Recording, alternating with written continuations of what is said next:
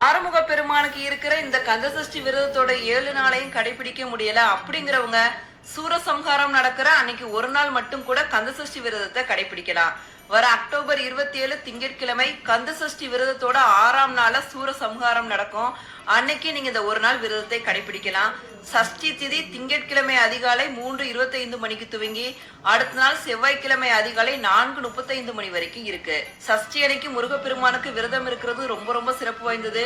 அதுவும் சூரசம்ஹாரம் நடக்கிற அன்னைக்கு விரதம் இருக்கிறது ரொம்ப ரொம்ப சக்தி வாய்ந்தது. ஒரு நாள் விரதம் எப்படி கடைபிடிக்கிறது அப்படிங்கறத பார்க்கலாம். அக்டோபர் 27 திங்கட்கிழமை பிரம்ம முகூர்த்தத்திலே எந்திரிச்சு நல்லா தலைக்கு குளிச்சுடுங்க. முருகப்பெருமானோட படம் இல்லாட்டி விக்கிரகம் வச்சிருந்தீங்கன்னா முருகப்பெருமான அழகா அலங்காரம் பண்ணி சட்கோண தீபம் ஏத்தி அதுல 6 விளக்குகளை ஏத்திடுங்க. முருகப்பெருமானுக்கு பால் பழத்தை பிரசாதமா வச்சிடுங்க. வேற ஏதாவது பழங்கள் இருந்தா கூட நீங்க முருகப்பெருமானுக்கு படைத்து உங்களோட விரதத்தை நீங்க ஸ்டார்ட் பண்ணிடலாம். அன்னைக்கு ஃபுல்லா எதுவுமே சாப்பிடக்கூடாது.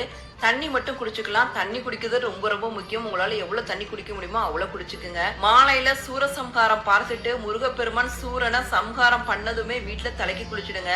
சில பேர் பக்கத்துல இருக்க கோவில தான் சூரசம்ஹாரம் பாக்குற வழக்கமும் இருக்கும். அங்க எப்ப சூரனை சம்ஹாரம் பண்றாங்களோ அப்போ வீட்டுல வந்து தலைக்கு குளிச்சுடுங்க. பெருமான் சூரனை சம்ஹாரம் பண்ணிட்டாரு. இப்போ முருகப்பெருமானுக்கு அதே மாதிரி சட்கோண தீபம் ஏத்தி 6 விளக்குகளை ஏத்தி வச்சுட்டு முருகப்பெருமானுக்கு என்னென்ன நைவேத்தியம் முடியுமோ அதையெல்லாம் படைச்சிடுங்க.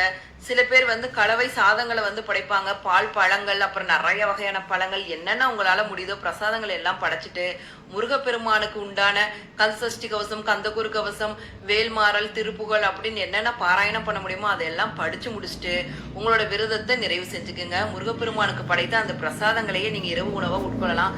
6 முகம் அருளிடும் அனுதினமும் 7 முகம். நீங்க என்ன நினைத்து விரதம் இருந்தீங்களோ அடுத்த கந்தசஷ்டிக்குள்ள அது கட்டாயம் நடக்கும்.